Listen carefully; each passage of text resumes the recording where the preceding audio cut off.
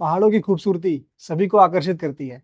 लोगों को घूमना हो, प्री वेडिंग शूट करना हो, डेस्टिनेशन वेडिंग करनी हो या हनीमून प्लान करना हो, अक्सर पहाड़ लोगों की पहली पसंद होती है। पहाड़ जितने मनमोहक हैं, उतनी ही कठिन है वहाँ की जिंदगी। और पिछले कुछ सालों में एक बड़ी समस्या ने वहाँ पे जन्म लिया है, वो है लड़कों की शादी ना हो पाना। उत्तराखंड में 30 से 35 उम्र के बहुत सारे लड़के हैं जो जिनकी शादी नहीं हो पा रही, उनको लड़कियां मिल नहीं पा रही। लड़कियां मिल भी जाती हैं तो शादी करने में कठिनाई होती है। लेकिन आखिर ऐसा हो क्यों रहा है? क्या सच में उत्तराखंड में लड़कियों की कमी हो गई है, या इसके पीछे कुछ सामाजिक या आर्थिक कारण है? आज की इस वीडियो में हम इसी बात पर बात करेंगे कि क्या वजह है जिस वजह से ये समस्या पैदा हुई है। पहाड़ों में जिंदगी आसान नहीं है। आज भी पानी के लिए कई किलोमीटर दूर जाना पड़ता है। अस्पताल बहुत दूर हैं। खेती और घरेलू कामों में बहुत मेहनत मेहनत लगती है। शिक्षा की कमी है। इसलिए कई परिवार या लड़कियां ऐसे ऐसी सोचती हैं कि क्यों ना हम बेहतर जिंदगी को चुनें। इसलिए वो शहर की तरफ या शहर में जो लड़के रह रहे हैं उनकी तरफ आकर्षित होती हैं। आज के समय में सिर्फ अच्छा इंसान होना जरूरी नहीं, आर्थिक स्थिति जरूरी होना भी बहुत मैटर करता है शादी के लिए। क्योंकि जब भी लोग शादी के लिए लड़का देखने जाते हैं, तो वो हमेशा पूछते हैं कि लड़का काम क्या करता है, लड़का स्टेबल जॉब है या नहीं। तो जो लोग गाँव में अक्सर जो गाँव में लड़के रह रहे हैं, वो खेती वगैरह से इतनी ज़्यादा इनकम कर नहीं पाते, तो उनकी इनकम स्टेबल भी नहीं होती। इस वजह से उनके रिश्ते होने में कठिनाइयाँ आती हैं। जब इस समस्या को समझने के लिए उत्तराखंड के लड़कों और लड़कियों से बात की गई, तो उनके विचार कुछ इस प्रकार थे।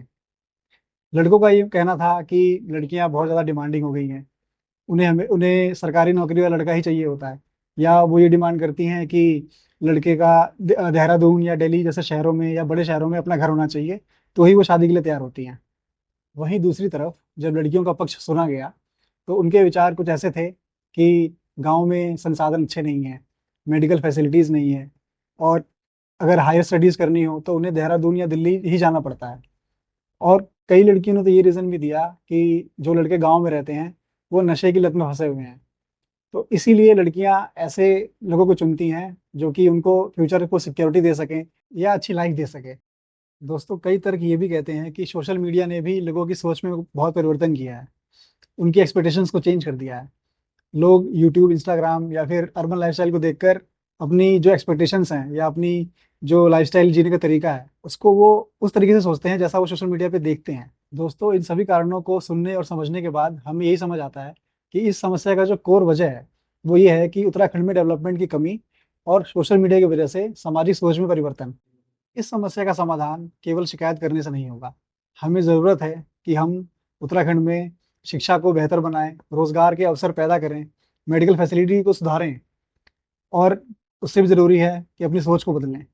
अगर पहाड़ों में अपॉर्चुनिटीज़ बढ़ेंगी, तो पलायन कम होगा, लोग वापस आएंगे और समाज फिर से संतुलित होगा।